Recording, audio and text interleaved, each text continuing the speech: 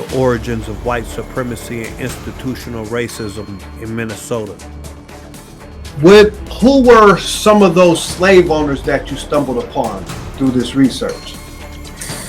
Well, the very first ones that I found were people who had come even before Minnesota was organized as a territory. And actually, they didn't come to Minnesota at all. There were people who were in Minnesota who had come from northern states, and they were the people who dealt in the fur trade. But the company that they worked for was actually a company based in St. Louis, Missouri. And the people who operated that company were slaveholders. So the people in Minnesota who were trading in fur, people who would be considered Minnesota's founding fathers, like Henry Sibley and Henry Rice, John Prince, all those Minnesotans were paid by slaveholders in St. Louis for trading in fur. And so that started in the 1830s and 40s. And by the time you get to the 1850s, the American Fur Company that was operating in St. Louis is no longer operating in fur, but operating in real estate instead. And some of those same Minnesotans who were trading in fur started selling off some of the land that the St. Louis Company owned. Dred Scott was an enslaved foundational Black American who unsuccessfully sued for his freedom in the United States.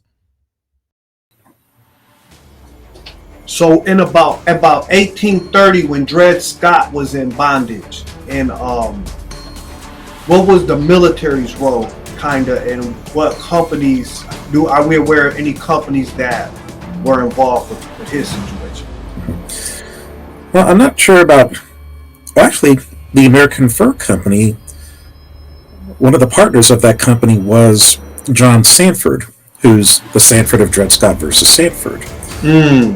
But he didn't own Dred Scott the whole time. It's not until about, I think, the 1850s when John Sanford becomes Dred Scott's slaveholder. But as far as the slaves at Fort Snelling are concerned, they actually weren't supposed to be there legally speaking because there were two federal laws, the Northwest Ordinance of 1787 and the Missouri Compromise of 1820, that said that all land that's in the area where the state of Minnesota is today is supposed to be for free states. It's free territory, and then later on it's supposed to be for free states. But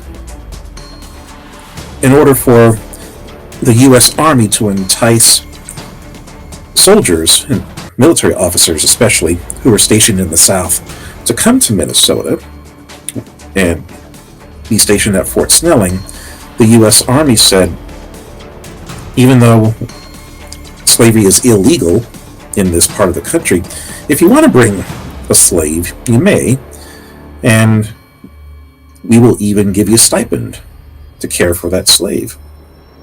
And so that's what happened. There were quite a few military officers from Missouri who were stationed or who were reassigned to Fort Snelling. I think they'd come from Jefferson Barracks in Missouri, and they went to Fort Snelling, and they were able to bring enslaved people with them.